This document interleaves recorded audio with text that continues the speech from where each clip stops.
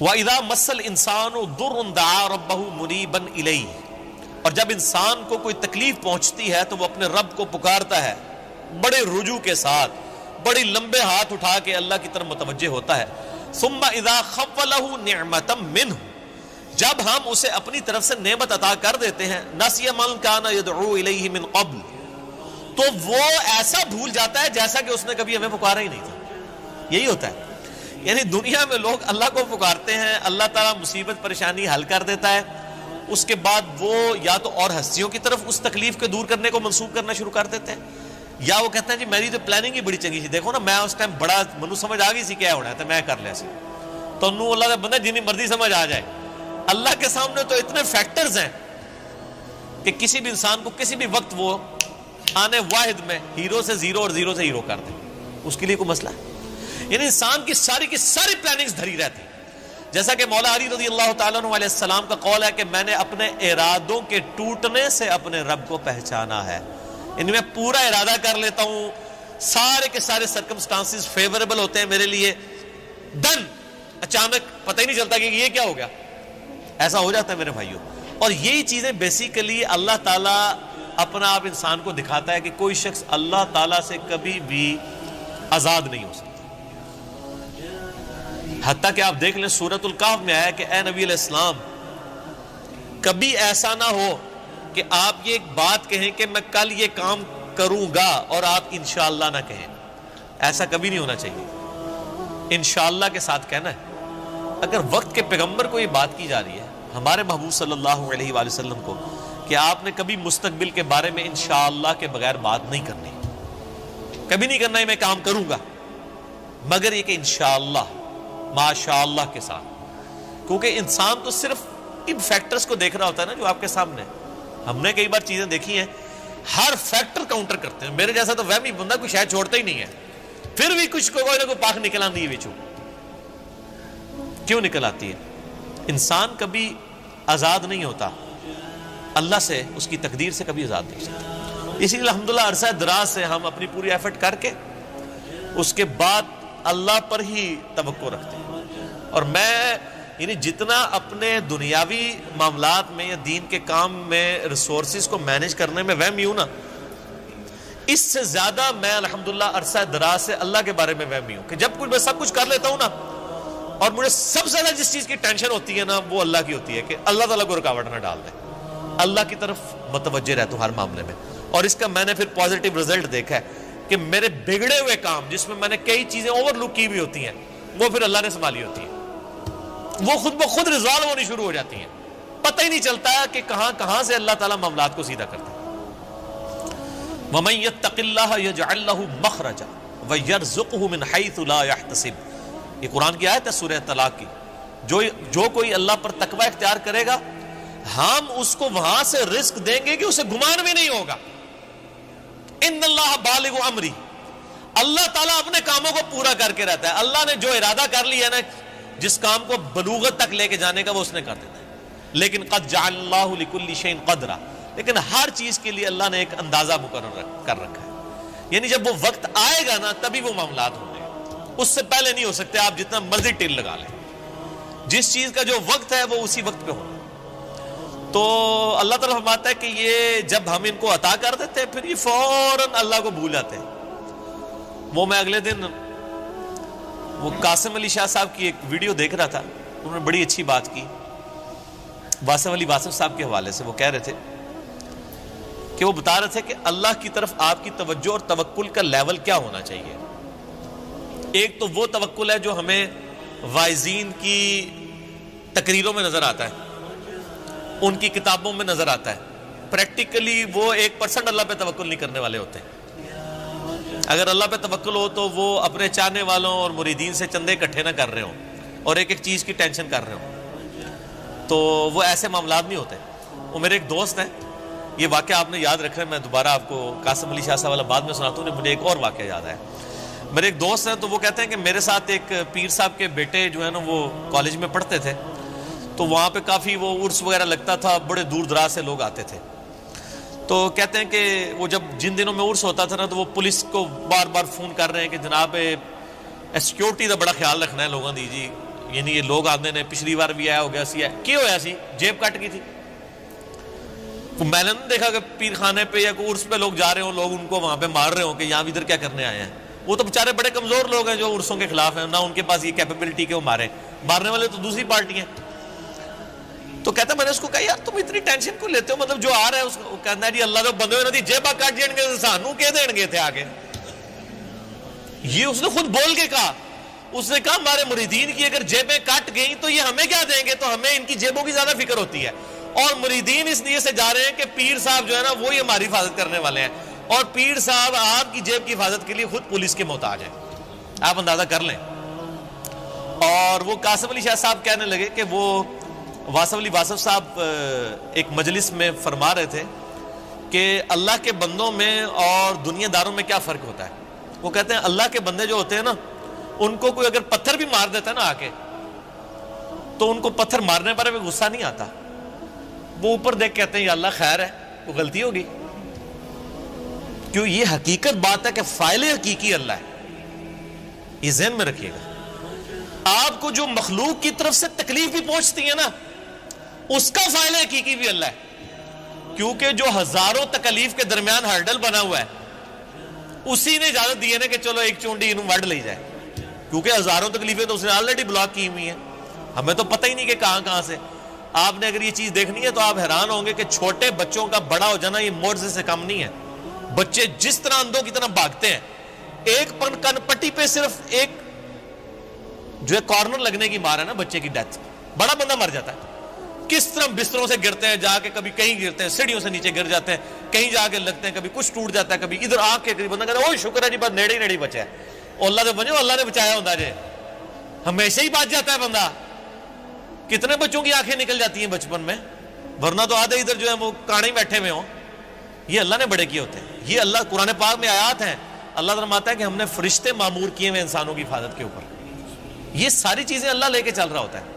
لیکن اللہ فرماتا ہے جب ہم تکلیف دور کر دیتے ہیں پھر کہتے ہیں یہ تو کوئی کہہ دیتا ہے بزرگوں نے کیا ہے, کوئی کچھ کہہ دیتا ہے, کوئی کچھ کہہ دیتا ہے. وہ ایک مجھے لطیفہ یاد آ گیا, وہ ایک بندہ جو ہے وہ سمندری طوفان میں پھنس جاتا ہے, اور جب وہ ڈوبنے لگتا ہے تو کہتا ہے یا اللہ منو بچا لے, میں دیکھ دیا گا تیرے نا دی. ٹھیک ہے جی, تو اللہ تعالیٰ بچا لیتا ہے. تو وہ پھر کنارے آ کے کہتا ہے جی وہ تو پھر ظاہر ہے اس نے مکر ہی جانا ہوتا ہے, جو اللہ تعالیٰ فرماتا ہے کہ جب ہم ان کی تکلیف دور کرتے ہیں پھر یہ بھول جاتے ہیں ہمیں. تو کنارے پہ پہنچ کے آتا ہے کیڑی دیکھ, کوئی دیکھ شیک نہیں ہو. تو وہ پھر ایک اور ہچکولا اس کو آتا ہے, تو پھر وہ سمندر میں کہتا ہے نہیں یا اللہ میں پوچھ رہا تھا مٹھی کے لونی, ٹھیک ہے کیڑی دیکھ تم مراد ہے مطلب نہیں, یہ اللہ نے تو نہیں دھوکہ دیتا جا سکتا, دنیا ہی دھوکہ دیتا جا سکتا ہے کہ میٹھی دیکھ یا نمکین. تو یہ وہی چیز ہے, اللہ تعالیٰ فرماتا ہے کہ یہ جب ہم ان کی تکلیف دور کرتے ہیں تو اس طرح بھول جاتے ہیں کہ جیسا کہ ہمیں کبھی پکارا ہی نہیں تھا. وَجَعَلَ لِلَّهِ أَنْدَادًا, اور اللہ کے مقابلے پہ اور ہستیاں کھڑی کر دیتے ہیں کہ یہ انہوں نے کیا ہے. بچہ اللہ نے دیا ہوتا ہے, کہتے ہیں نہیں وہ ان کی وجہ سے ہوا ہے. لِيُضِلَّ عَنْ سَبِيلِ, تاکہ بہکا دیں اللہ کی راہ سے. حقیقت بات ہے کہ یہ شیطان انسان کے دل میں یہ وسوسہ ڈالتا ہے کہ یہ فلاں کی وجہ سے ہوا ہے. آپ ہندوؤں کے پاس چلے جائیں, وہ بھی یہی کلیم کرتے ہیں کہ جی ہم فلاں مندر میں گئے تھے تو ہمیں اولاد ہوگی, حالانکہ اللہ دے رہا ہوتا ہے. لیکن شیطان جو ہے وہ اینڈ ٹائم پہ ایسا وسوسہ ڈالتا ہے کہ انسان اور ہستیوں کی طرف اسے منسوخ کرنا شروع کر دیتا ہے. ہم نے تو کئی ایسے دیکھے ہیں جو لوگوں کو بچے دے رہے ہیں لیکن خود بے اولاد ہوتے ہیں. ان کو کہ آپ کیوں نہیں اولاد ہو رہی ہے. سورہ شورا کا آخری رکوع پڑھ لیں, اللہ فرماتا ہے اللہ جسے دیتا ہے بیٹے دیتا ہے, جسے چاہتا ہے بیٹیاں دیتا ہے, جسے چاہتا ہے دونوں دیتا ہے, اور جسے چاہتا ہے محروم رکھتا ہے. نبی علیہ السلام کی صرف ایک بیوی ہے جس سے اولاد ہے, سیدہ خدیجہ سے, یا ایک ماریہ قبطیہ سے سیدنا ابراہیم علیہ السلام پیدا ہوئے, وہ بھی فوت ہو گئے. باقی آپ کی ساری بیویاں بے اولاد ہیں. کیا نبی کی بیویوں کی خواہش نہیں تھی کہ ان کی اولاد ہو؟ اللہ کی مرضی. سیدہ عائشہ محبوب ترین بیوی ہیں, جوانی کی عمر میں بیوہ ہوئی ہیں, کوئی اولاد نہیں ہے. اللہ ان کو ایک بچے ہی دے دیتا کہ حضور کے بعد انہوں نے 47 سال تک زندہ رہنا تھا, کہ چلو ان کی ایک دل جوئی کا معاملہ ہو جاتا کہ 18 سال کی عمر میں بیوہ ہو گئی ہیں. ایک بچہ ہوتا تو ان کی زندگی بھی اس کے سارے گزر جاتی. نہیں, یہ اللہ کے فیصلے ہیں. قل تمتع بکفرک قلیلا, اللہ کا اس پہ غضب دیکھیں. اللہ فرماتا ہے نبی ان سے فرمائیے کہ یہ جو تم کفر کر رہے ہو نا اور یہ جو لطف اٹھا رہے ہو ہماری نعمتوں سے کہ تمہیں ہم کوئی نعمت دیتے ہیں تو تم اور ہستیوں کی طرف منسوب کرتے ہو, اٹھا لو تھوڑی دیر کے لیے دنیا کی زندگی میں, انک من اصحاب النار, پھر تو تم مرنے کے بعد دوزخیوں میں ہی شامل ہوگا انسان.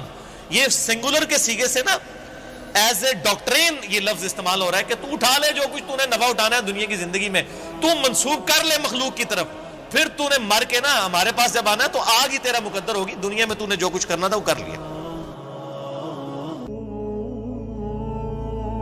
وَهُوَ الْقَاهِرُ فَوْقَ عِبَادِهِ, اور وہ چھایا ہوا ہے اپنے بندوں کے اوپر, غالب ہے, یعنی چسک نہیں سکتا کوئی اس کی مرضی کے بغیر. وَهُوَ الْحَكِيمُ الْخَبِيرُ, اور وہی حکمت والا ہے اور خبر رکھنے والا ہے.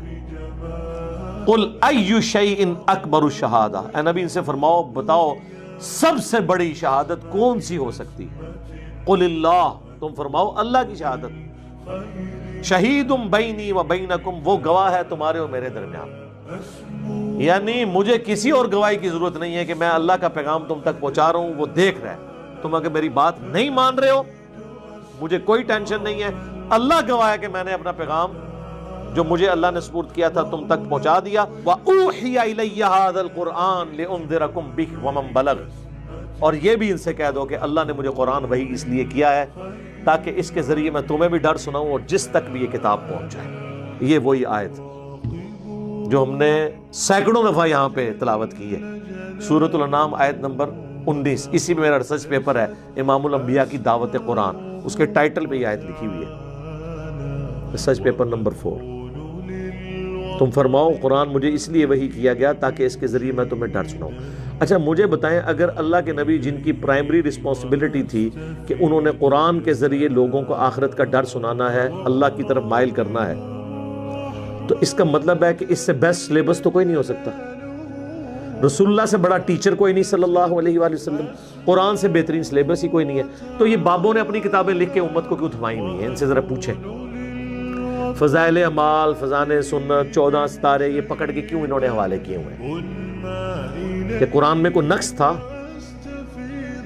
اور حکم یہ ہو رہا ہے کہ اے نبی تم نے بھی اس قرآن کے ذریعے تبلیغ کرنی ہے اور جس تک بھی پہنچ جائے. قرآن پہنچا, لیکن آپ دیکھ لیں کیا خدمت کی ان لوگوں نے. 1000 سال سے اسلام یہاں آیا ہوا ہے, کسی نے قرآن کا ترجمہ نہیں کیا. یہ تو پچھلے 100-150 سال میں ہی ترجمے ہوئے. بخاری کا پہلا ترجمہ 1920 میں ہوا ہے, آلموسٹ 100 ایئرز پہلے. پہلے ان سے پوچھیں آپ کیا کرتے رہے ہیں؟ یہاں کی لوکل لینگویج تھی فارسی, پھر اردو بن گئی. قرآن فارسی میں ٹرانسلیٹ کیوں نہیں کیا؟ شاہ ولی اللہ دہلوی نے پہلی دفعہ کیا. 5 سال تک چھپے رہے, لوگوں نے فتوے جاری کر دیے. یہ قرآن عربی میں تھا, اس نے تحریف کر کے فارسی میں کر دیا. کیونکہ ولی اللہ دہلوی نے یہ یعنی آبزرو کیا انہوں نے کہ بھئی اس قوم کا تو کوئی حال نہیں ہے. قرآن تو نہ انہوں نے عربی سیکھنی ہے, نہ ہمارے آبا اجداد نے سیکھی, نہ انہوں نے سیکھنی ہے. تو نہ انہوں نے عربی سیکھنی ہے, نہ انہوں نے قرآن پہ چلنا ہے, تو بہتر ہے قرآن کو نیٹو لینگویج میں کر دیا جائے. جس طرح ہم نے یوٹیوب کا موڈ اختیار کیا ہے, ہمیں پتہ ہے کہ مدرسوں میں انہوں نے کوئی دین نہیں سکھانا, نہ انہوں نے صحیح بات لوگوں کو بتانی ہے, تو پھر ہم الٹیمیٹلی یہ جو ایک ڈیجیٹل موڈ ہمارے پاس موجود ہے ہم لوگوں تک بات پہنچائیں. تو جب فتوے جاری ہوئے 5 سال تک وہ چھپتے پھرے. یہ آج آپ کو فیشن نظر آ رہا ہے نا, یہ سارے بزرگان دین کے جو لیٹسٹ 20ویں صدی کے بزرگان دین ہیں, ان کے ترجمے یہ زدم زدہ ہوئے ہیں. جب ایک ہوا دوسرے نے کہا اچھا میں بھی کرتا ہوں. شاہ ولی اللہ دہلوی کے بیٹے نے اردو میں ترجمہ کر دیا, پھر آگے دیوبندی اس ترجمے کو لے کے چلے تو بریلویوں کو فکر پڑ گئی, انہوں نے اپنا ترجمہ کر لیا. پھر بریلویوں کے اندر اپنے ترجمے شروع ہو گئے, پھر شیعہ نے کہا کہ چلو ہم بھی اپنا ترجمہ کرتے ہیں. یہ انہوں نے زدم زدہ کیا ہے.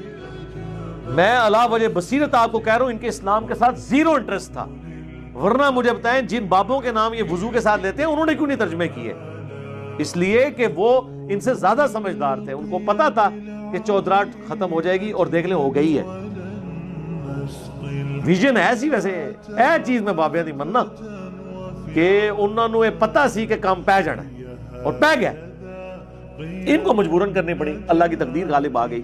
نہ کرتے تو کیا کرتے, کیونکہ وہ جب ایک کام شروع ہو جائے دراڑ ڈل جاتی ہے نا.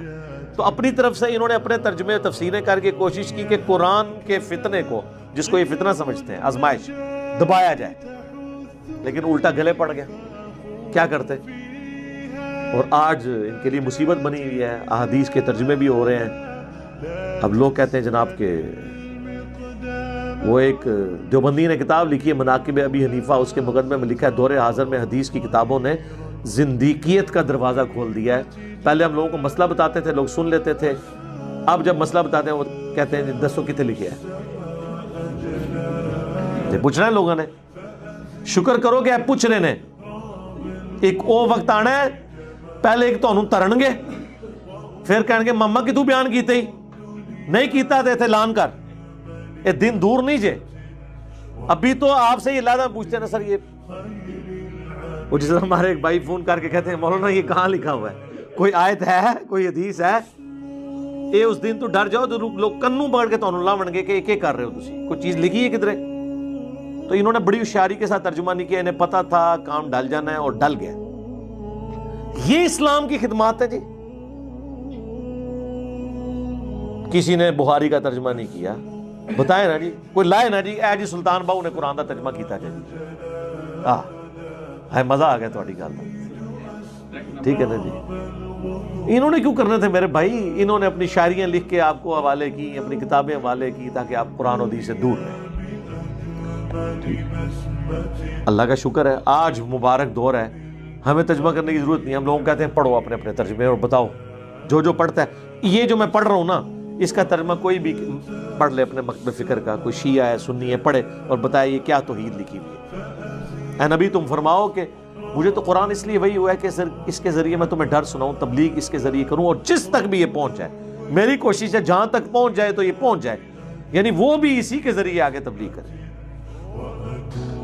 اَإِنَّكُمْ لَتَشْهَدُونَ أَنَّ مَعَ اللَّهِ آلِهَةً أُخْرَى، کیا تم اس بات کے اوپر گواہی دیتے ہو کہ اللہ کے ساتھ کوئی اور الہ بھی ہے؟ قُلْ لَا أَشْهَدُ، اے نبی تم فرماؤ میں تو اس طرح کی کوئی گواہی نہیں دیتا۔ قُلْ إِنَّمَا هُوَ إِلَٰهٌ وَاحِدٌ، اے نبی تم فرماؤ کہ وہ تو نہیں ہے مگر اکیلا یکتا الہ معبود۔ وَإِنَّنِي بَرِيءٌ مِّمَّا تُشْرِكُونَ، اور میں اعلان برات کرتا ہوں ہر اس ہستی سے جسے تم اللہ کے ساتھ شریک ٹھہراؤ۔ میرے بھائی میٹھی میٹھی باتیں تو ہو ہی نہیں سکتی نا، قرآن تو پھر کڑوی بات کرتا ہے۔ قرآن صرف توحید بیان نہیں کرتا، جو توحید کے مقابلے پہ طاغوت ہے اس کی نفی بھی کرتا ہے۔ یہاں سے آ کے ہمارا اختلاف شروع ہو جاتا ہے۔ ہمارے واعظین صرف تبلیغ کا ایک رخ بیان کرتے ہیں، اس کی وجہ سے دنیا میں کوئی تبدیلی نہیں آئی، عقائد کی کوئی اصلاح نہیں ہوتی، کیونکہ نیگیٹو پہلو وہ بتاتے ہی نہیں ہیں ڈر کے مارے۔ جب تک آپ نیگیٹو پہلو کو ہائی لائٹ نہیں کریں گے، پازیٹیو کی قدر لوگوں کے دلوں میں نہیں آئے گی۔ عربی میں کہا جاتا ہے نا کہ چیزیں اپنی ضد سے پہچانی جاتی ہیں۔ اندھیرا نہ ہو تو اجالے کی قدر نہیں آتی، پیاس نہ ہو ٹھنڈے پانی کی قدر نہیں آتی۔ اسی طریقے سے جب تک آپ بابوں کی پھیلائی ہوئی گمراہی کو ہائی لائٹ نہیں کریں گے تب تک لوگوں کو پتہ ہی نہیں چلے گا کہ توحید میں کس لیول کا رکھنا اس امت میں ڈال دیا گیا۔ اور یہ کتاب بھی صرف اس لیے محفوظ ہے کہ اللہ نے گارنٹی لی ہے، ورنہ انہوں نے کتاب کے ساتھ بھی کام ڈال دینا تھا۔ اتنا کام تو ضرور ڈال دیا ہے کہ قرآن کی تفسیر کرتے ہوئے قرآن کے بالکل اپوزٹ تفسیر کر دی ہے، پہلے صفحے سے ہی تعریف شروع کر دی ہے۔ ایاک نعبد و ایاک نستعین، ترجمہ سب نے یہ کیا ہے، تیری عبادت کرتے ہیں، تجھی سے مدد مانگتے ہیں، تجھی سے دعا مانگتے ہیں۔ آگے چھوٹا سا حاشیہ لگا ہوگا، یہ جو بزرگان دین کو پکارا جاتا ہے، اولیاء اللہ سے مدد مانگی جاتی ہے، یہ بھی اللہ ہی سے ہوتی ہے، یعنی وہ اللہ کو بتانا چاہ رہے ہیں کہ تو نے ادھوری بات کی تھی، ہم نے کمپلیٹ کر دی ہے۔ ہاں، تفسیر عثمانی دیوبندیوں کی سب سے مشہور تفسیر محمود الحسن دیوبندی، دیوبند کے آپ سمجھ لیں بڑوں میں سے، انہوں نے ترجمہ لکھا تھا، اس کے اوپر حاشیہ بعد میں لکھا شبیر احمد عثمانی نے، جنہوں نے محمد علی جناح کا جنازہ پڑھایا تھا، تقی عثمانی صاحب کے ابا جی کے استاد مفتی شفیع صاحب کے، اور تفسیر کیا لکھ رہے ہیں ایاک نستعین کی، کہ یہ بزرگوں سے جو مدد مانگی جاتی ہے نا، یہ اللہ کے اذن سے ہی ان کے بارے میں، اسی وجہ سے سعودی والوں نے پھر اس پہ پابندی لگائی تھی کہ یار یہ کیا ہے، کہ یہ کیا ہو رہا ہے، وہ پریشان ہو گئے کہ یہ کیا ہو رہا ہے، پابندی لگا دی۔ الذین آتیناہم الکتاب، وہ لوگ جنہیں کتاب دی گئی ہے، یعرفونہ کما یعرفون ابناءہم، وہ رسول اللہ کو اس طرح پہچانتے ہیں جس طرح اپنے بیٹوں کو۔ یعنی یہودیوں کے بارے میں جنہیں کتاب دی گئی تھی، ان کی کتابوں میں نبی علیہ السلام کی پروفیسیز موجود تھیں۔ میں نے قرآن کے تعارف میں بھی تورات اور انجیل کی آیات ٹیمپرڈ فارم میں بھی آج جو موجود ہے، بائبل، وہ پیش کی تھی کہ نبی علیہ السلام کے بارے میں پروفیسیز موجود ہیں، اور اللہ نے اس کو بیان کیا۔ یہ اس طرح پہچانتے ہیں جس طرح اپنی اولاد کو پہچانا جاتا ہے کہ یہ وہی پیغمبر آخر الزمان ہیں جن کی پروفیسیز ہماری کتابوں میں موجود تھی۔ لیکن پھر کیا ہوا؟ الذین خسروا انفسهم فهم لا یؤمنون، جن لوگوں نے اپنے آپ کو خود خسارے میں ڈالا ہوا ہے تو وہ اب کبھی ایمان نہیں لے کے آئیں گے، یعنی انہوں نے طے کر لیا اپنے بات نہیں ماننی، دیٹس آل۔ تو اللہ نے انہیں زبردستی کیوں ہدایت دینی ہے؟ سوئے ہوئے شخص کو تو جگایا جا سکتا ہے، جو آنکھیں بند کر کے لیٹا ہوا ہے اس کو جگانے کی کیا ضرورت ہے؟ اللہ غیرت مند ہے، اللہ آپ سے بھیک نہیں مانگتا کہ آپ اللہ کو مانیں۔ یہ ذہن میں رکھیے گا، اللہ بہت بے پرواہ ہے۔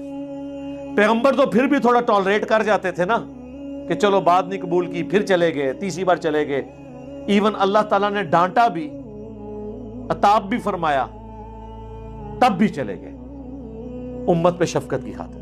ورنہ تو قرآن بار بار نہ کہتا کہ اپنے آپ کو ہلاک کر لو گے، ایک دفعہ ہی اللہ کا کہنا کافی تھا نا۔ بھئی حضور اس چیز کو، حتیٰ کہ آپ دیکھ لیں بخاری مسلم میں آتا ہے، عبداللہ ابن ابی کا جنازہ پڑھانے کے لیے جانے لگے، حضرت عمر سامنے کھڑے ہو گئے، بعد میں کہتے ہیں میں بڑا پریشان ہوا کہ میں نے اتنی جرت کیوں کی، کہ یا رسول اللہ آپ کو تو اللہ نے منع کیا ہوا ہے۔